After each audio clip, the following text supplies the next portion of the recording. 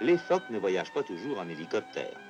Ces grands nageurs accomplissent une longue migration vers les eaux intérieures canadiennes, et plus particulièrement le long de la côte du Labrador vers Terre-Neuve, par le détroit de Belle-Île jusqu'au fond du Golfe, où ils viennent mettre bas sur les banquises à proximité des îles de la Madeleine.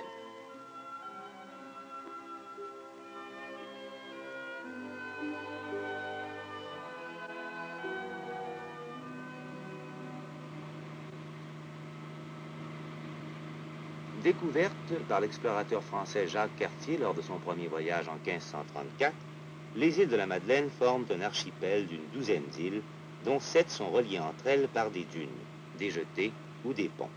Capitale, Cap-aux-Meules.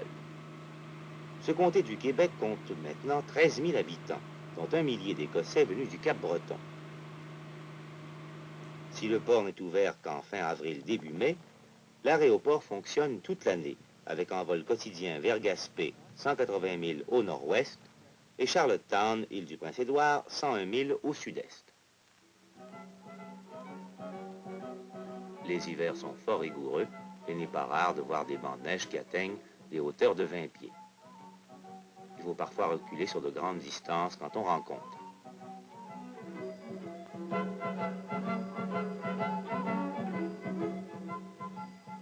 L'autoneige reste le véhicule le plus sûr. 1000 personnes habitent la capitale des îles de la Madeleine, Cap-aux-Meules. Industrie principale, la pêche, le homard et en période, la chasse au loup marin. Bureau de poste ultramoderne, coopérative d'électricité,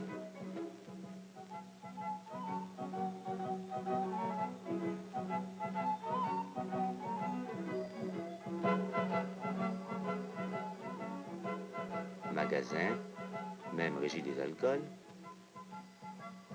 Près des barques de pêche emmitouflées de neige, le visiteur peut deviner des montagnes de cages à homards.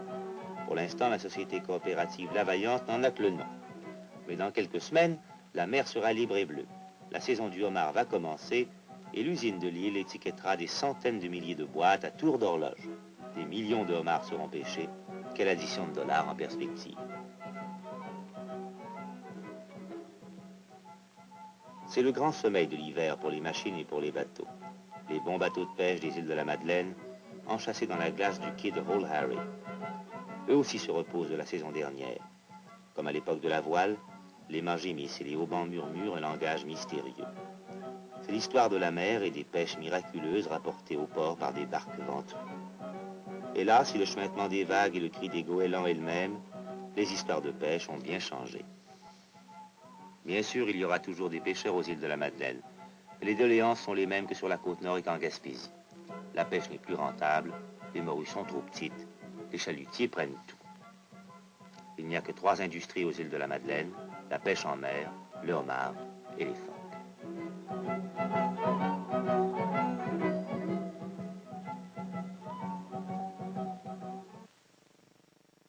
Ciel rouge ou le vent, marin fait attention au vent, dit le proverbe. Ce matin-là, on ne dort pas dans l'île.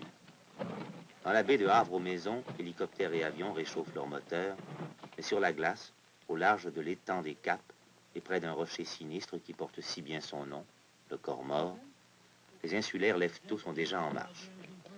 À travers ce champ de glace qu'on dit labouré par le diable vont les chaloupes traînées par les hommes. Dans un instant, ces paisibles madelinos vont se transformer en féroces chasseurs.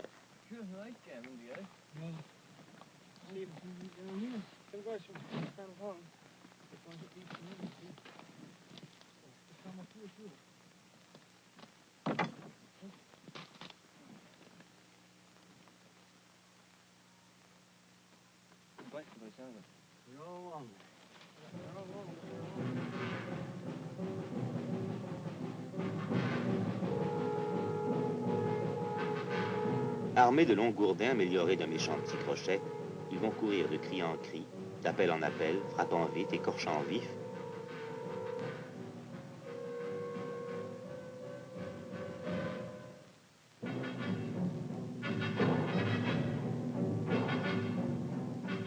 Mais cela n'est rien car les insulaires n'en sont encore qu'au stage artisanal, si l'on peut dire. Moins de 10% des phoques abattus aux abords même des îles de la Madeleine le sont par les résidents. Cette méthode primitive est efficace, certes, mais fort lente. Le trajet vers les troupeaux de phoques long et périlleux. La rentabilité d'une telle expédition discutable. 5 ou 6 hommes pour traîner une petite chaloupe qui ne peut manifestement pas contenir plus d'une cinquantaine de peaux, ce n'est pas de la chasse commerciale. D'autre part, ces hommes sont sans cesse à la merci d'un bris de glace et d'un gibier pour le moins aléatoire qu'un coup de vent peut éloigner pour longtemps. Ils reviennent souvent avides au risque de leur vie.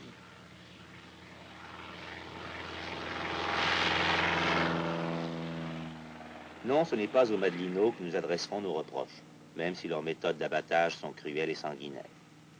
Les hommes que vous voyez à l'œuvre sont des spécialistes. Leurs coups sont précis, leurs couteaux plus rapides. Ce ne sont pas eux les tueurs de la banquise responsables des grandes hécatombes et de la disparition probable de nos derniers phoques. Ce sont les autres. Le spectacle des chaloupes de pêche grimpant sur les glaces à la recherche des troupeaux devient une image d'Épinal. Laissons les chasseurs de cette entreprise familiale, de cette coopérative amicale, faire le plein dans leur petite chaloupe. Une façon plus humaine et tout aussi efficace d'abattre les phoques adultes est l'emploi de la carabine à haute puissance maniée par des francs-tireurs, sinon des tireurs d'élite.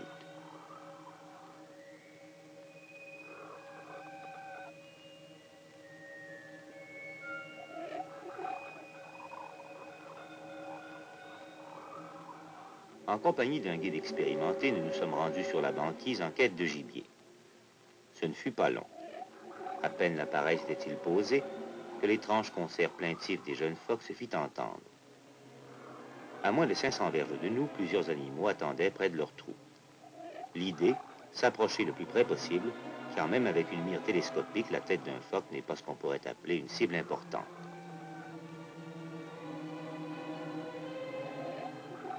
C'est avec beaucoup de précaution que nous nous approchâmes de la bête la plus près de nous.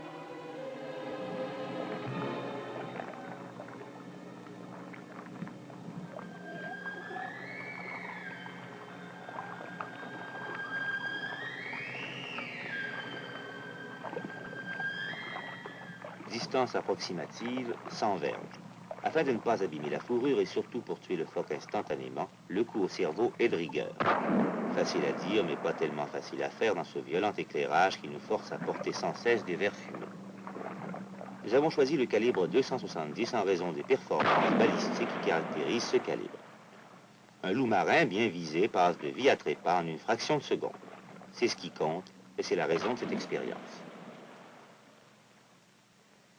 Il est donc facile de tuer un phoque même à l'eau, à condition qu'un compagnon muni d'une gaffe harponne la victime avant que celle-ci ne coule.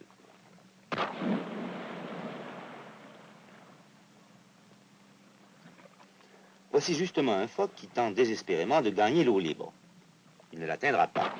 Une balle bien placée immobilise l'animal alors que celui-ci s'apprête à plonger.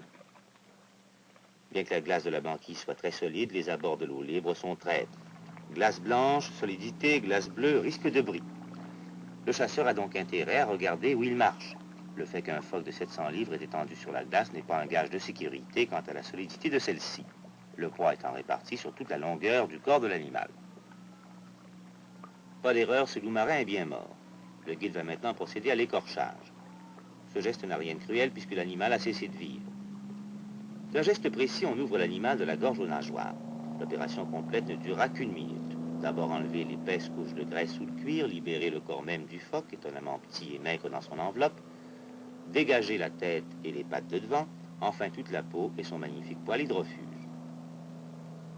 Un travail impeccable précédé d'un abattage foudroyant. Hélas, comme vous allez le constater dans un instant, les méthodes employées actuellement pour se procurer du phoque ne ressemblent pas du tout à cette chasse de laboratoire.